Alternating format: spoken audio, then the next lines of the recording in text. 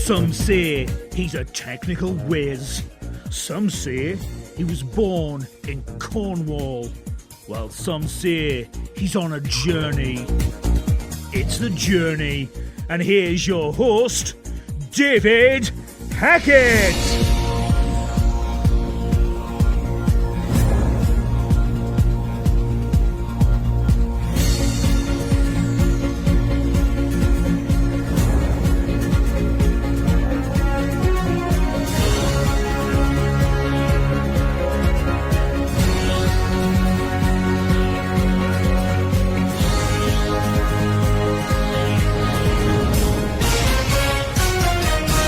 Our journey starts with the author, with a writer's heart and a researcher's mind. After getting a degree in psychology with an eye on doing psychology research, he recalibrated for a career in IT. He found himself in a 30-year career as an IT manager at Wells Fargo, who enjoyed managing highly intelligent, often difficult staff, many of whom were highly sensitive. He retired early from his corporate job to start his hypno coaching and neurofeedback brain training business, Brain Pilots, in Bend, Oregon. In late 2016, he began his blog, and we'll no doubt talk about that and many more about his journey as we introduce William Allen to the journey. Hi, David. Hi. Thanks for having me. No worries. Now, the icebreaker I've been doing for the last couple months, and it's a long-standing icebreaker, is what's your earliest memory possible where your journey began? Now, the icebreaker is you was born. We know that. But what was your earliest recollection of what inspired you to become you? Okay, that's a good question. For me, because my book and the things that I blog about and everything is about this personality's temperament trait called high sensitivity. That's really starting to make gain some traction, if you will. But I knew even when I was 4 or 5 years old that there's something different about me. I grew up in the American South, and for traditional boys and traditional men, being sensitive or being too sensitive was just not one of those things that was tolerated very well. And I heard about it quite a bit. But, I conformed, and I tried to sort of make my life fit the mold that I was supposed to be in. But what was really probably more of a pivotal moment for me, David, was as I got older, probably in my late 50s. I'm in my late 60s now. I was working, as you noted in the bio, that I was working as a corporate manager for Wells Fargo doing IT.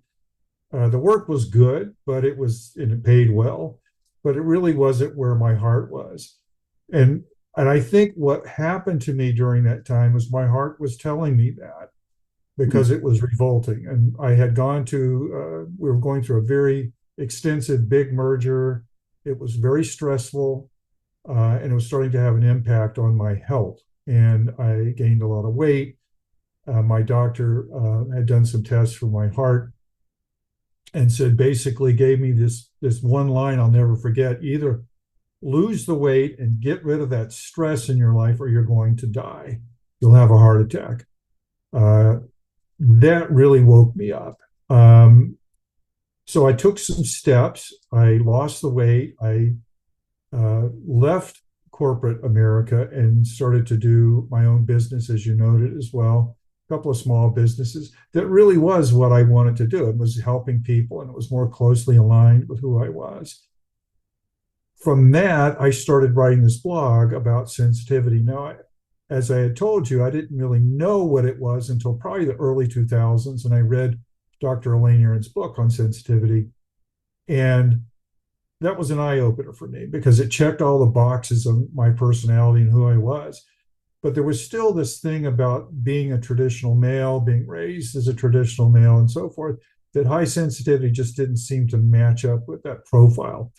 So it took me a number of years to get to a point where I could start to accept this characteristic in me. And that's when I started writing the blog. That was about 2016. Mm. And I had been retired for about 6 years. A couple of years into that writing, and that journey really was starting to crank up for me. I still didn't have a good definition of where it was all leading, but it was really calling me. Once I started starting writing the blog and had enough blog articles together, I realized I had enough for a book.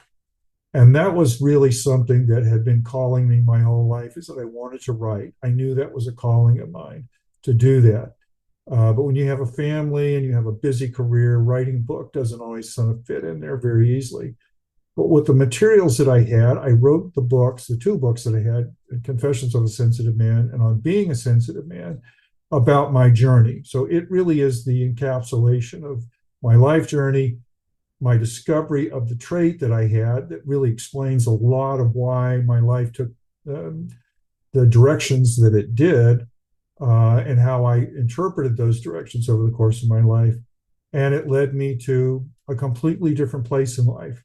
I've been working the last couple of years advocating for, writing about, being kind of an activist, if you will, for highly sensitive men. And I think it really has made my life resonate, because I'm living up to my true, authentic self.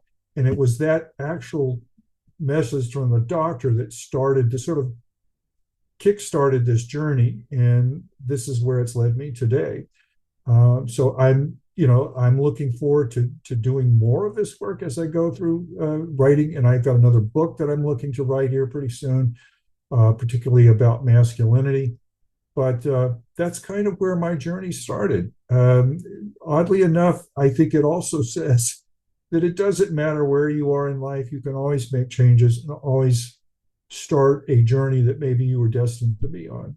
Yeah, and my motto in life on the journey is everyone is a journey, but it's not a straightforward journey to get to your destination. Everyone has to take the diversions or, turn off to get there, because that is part of a journey. You got to deviate around things to negotiate that journey. And often for others, it takes longer, but at the end of the day, you still get to your destination. Absolutely. I totally agree with that. In fact, I think I could even say that those deviations and those left turns and right turns that you take sometimes off a path, and of course, you're absolutely right, it's not linear. It can go a lot of different directions. But every one of those paths added some value to where I am today. In other words, even the job in IT, I learned a lot about myself. I gained a lot of self-confidence. I got to do things that I probably wouldn't have done otherwise. So it's all valuable experiences. So it's not as though it isn't a part of your journey. It is, if you incorporate those experiences and learn from them and put that into what your current path is. Yeah, and I learned that myself. I love computers. And when my late grandmother was alive, she said, do something good on the computer. Right. And when she passed, I started my blog.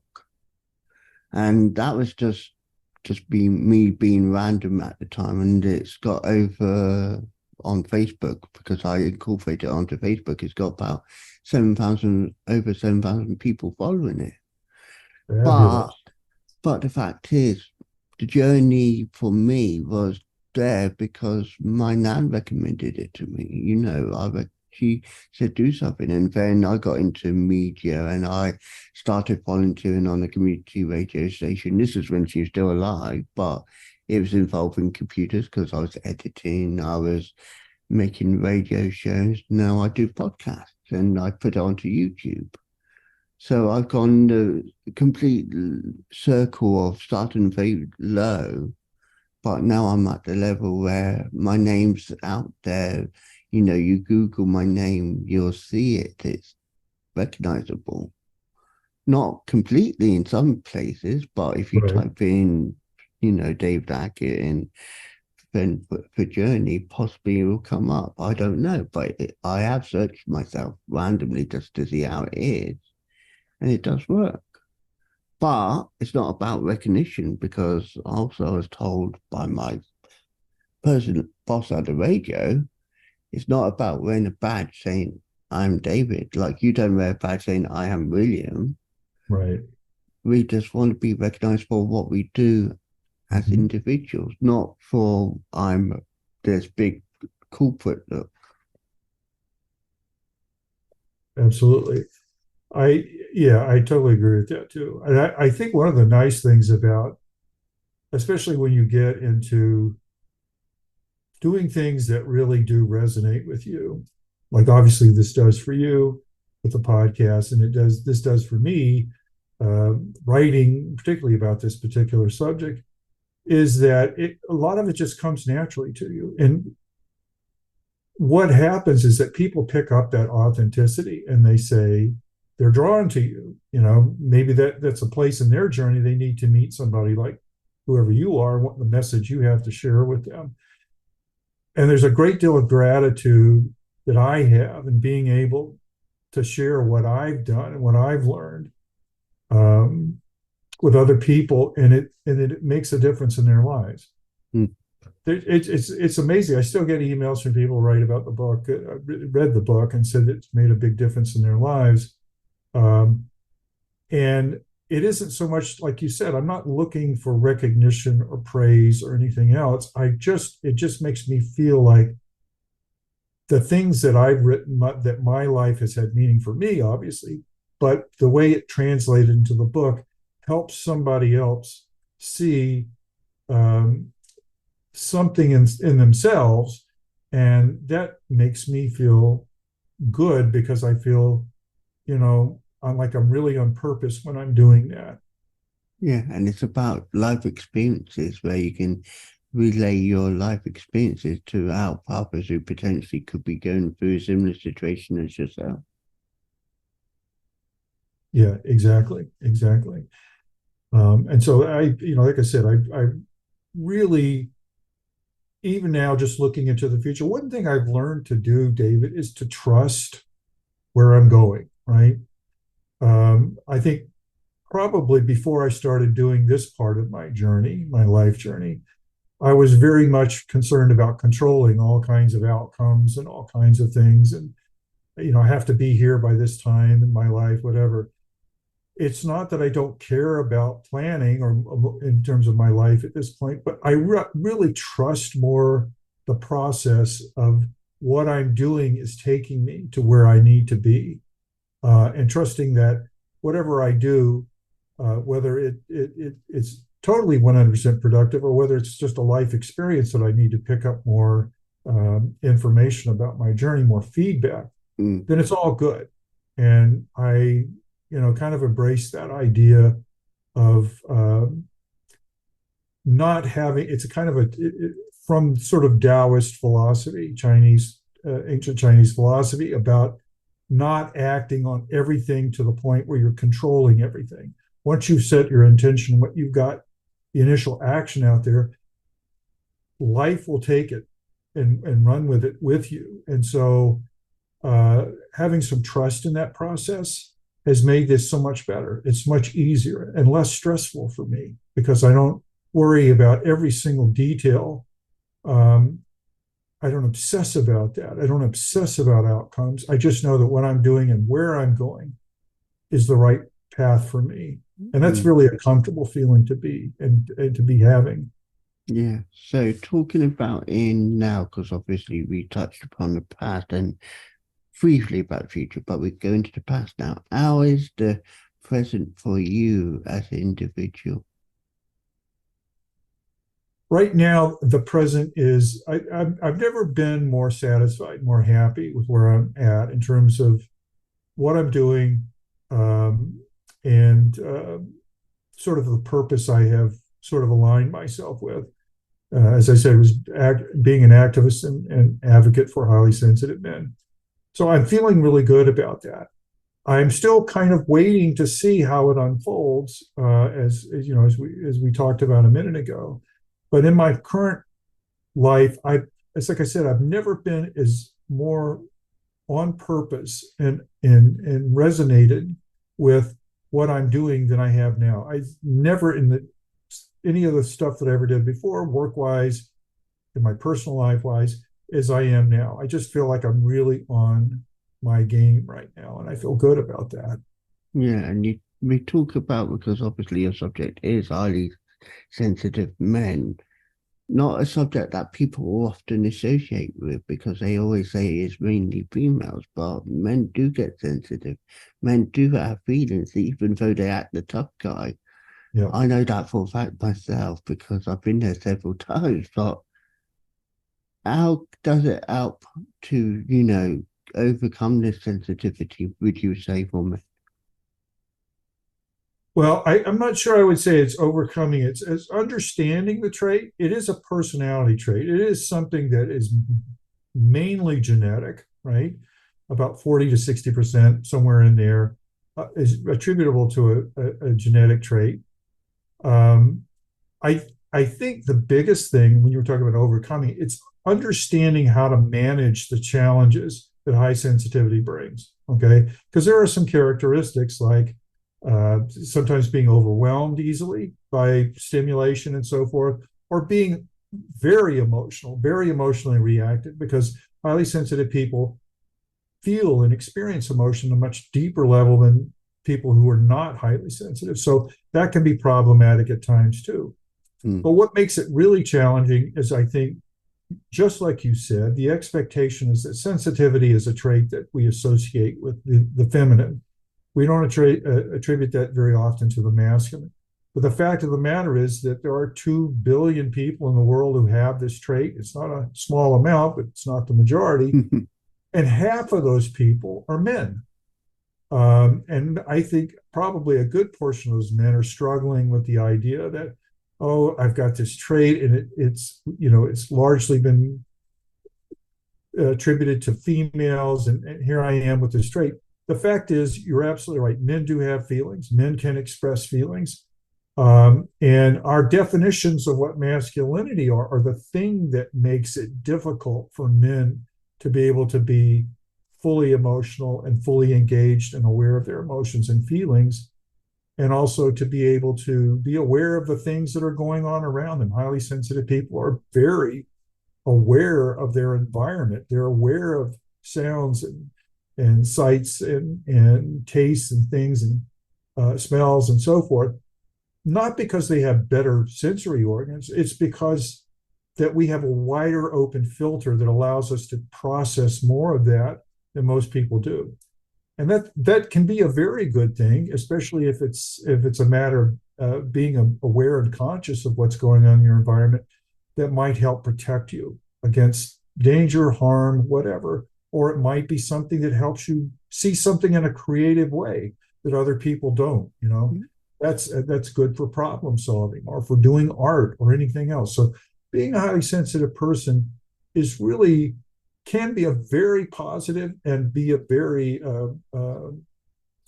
wonderful trait to have, because of some of these things that we sort of associate that they're essentially negative because they're too much of this and too much of that.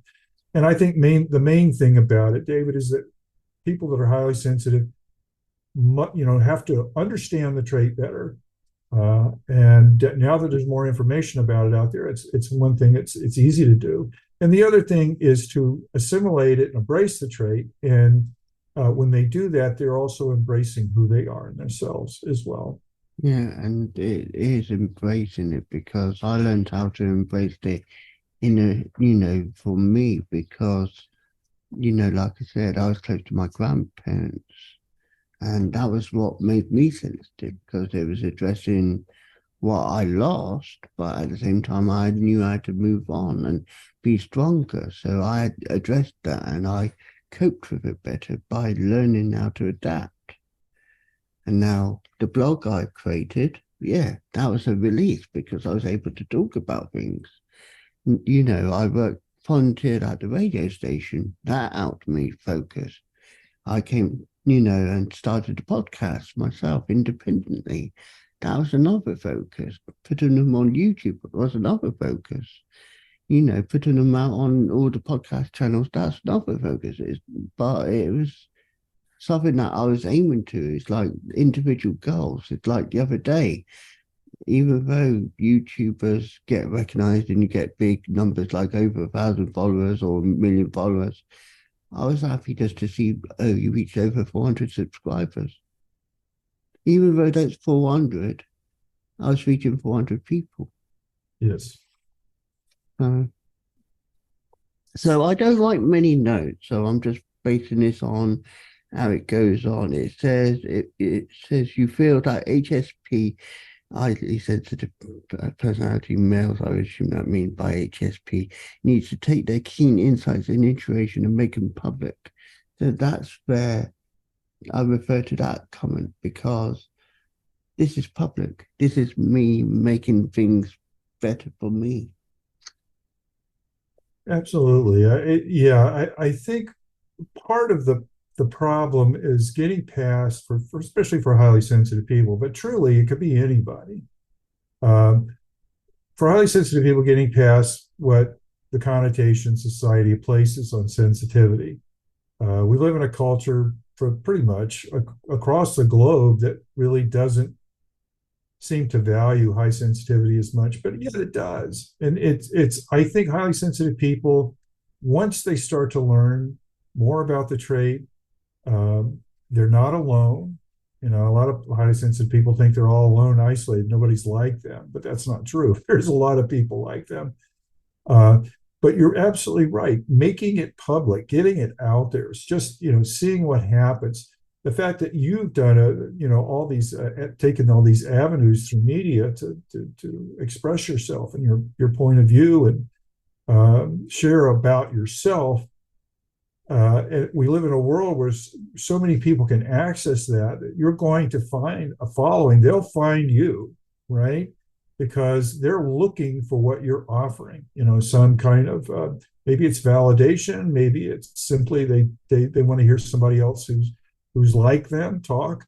And that's one of the things that I found too about writing these books and doing the blogs and doing podcasts and hosting a online group for HSP men, is that you'll learn these things, that you're not alone. And that's what's beautiful about this, is that making it public is a way of externally validating those things that in your heart are true for you.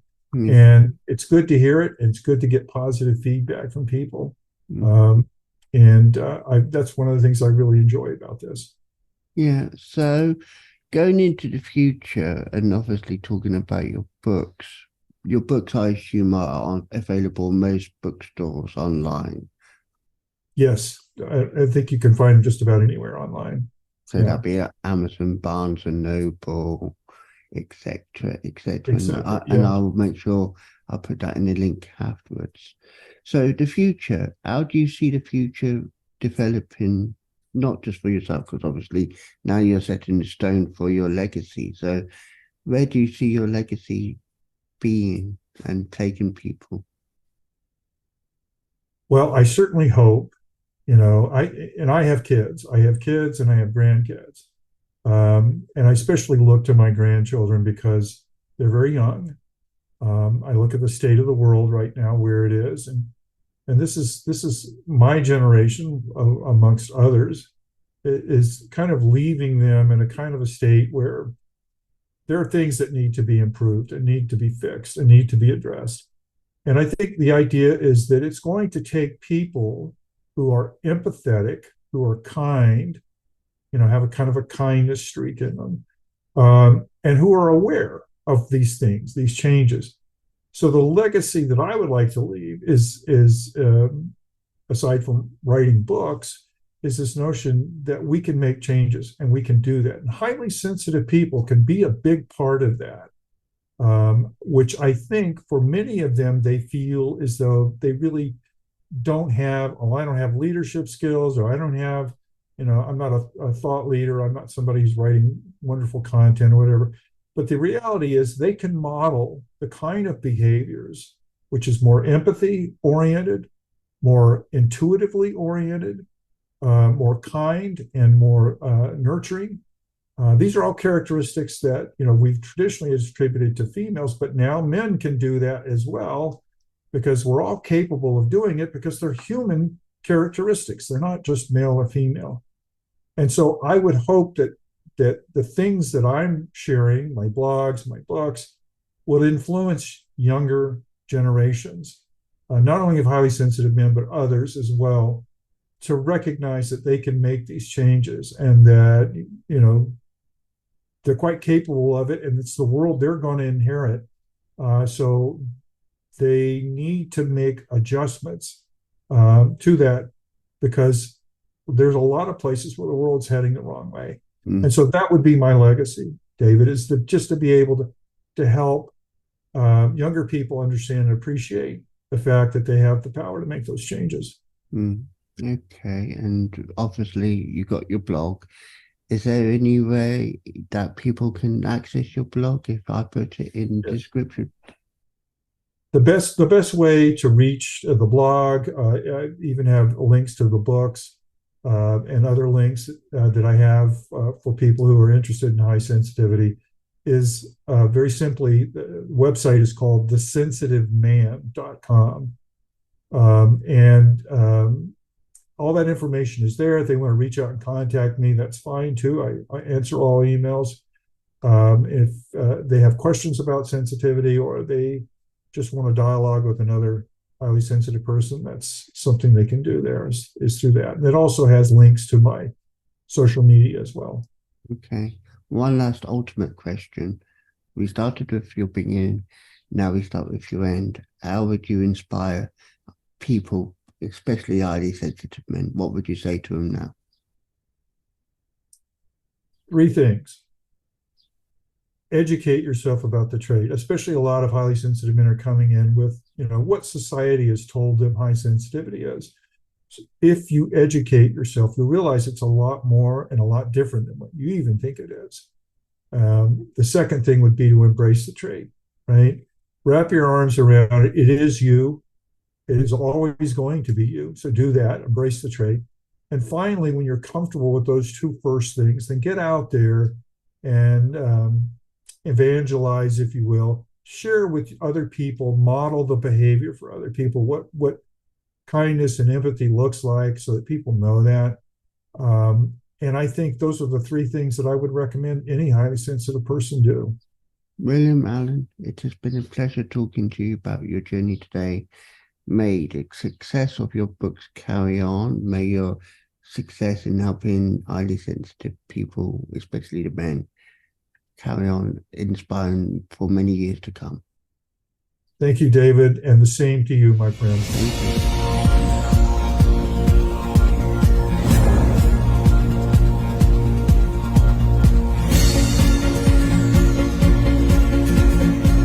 That was The Journey, hosted by Wise Words Imaging, hosted by David Hackett. Be sure to like, subscribe, and listen to another journey coming soon.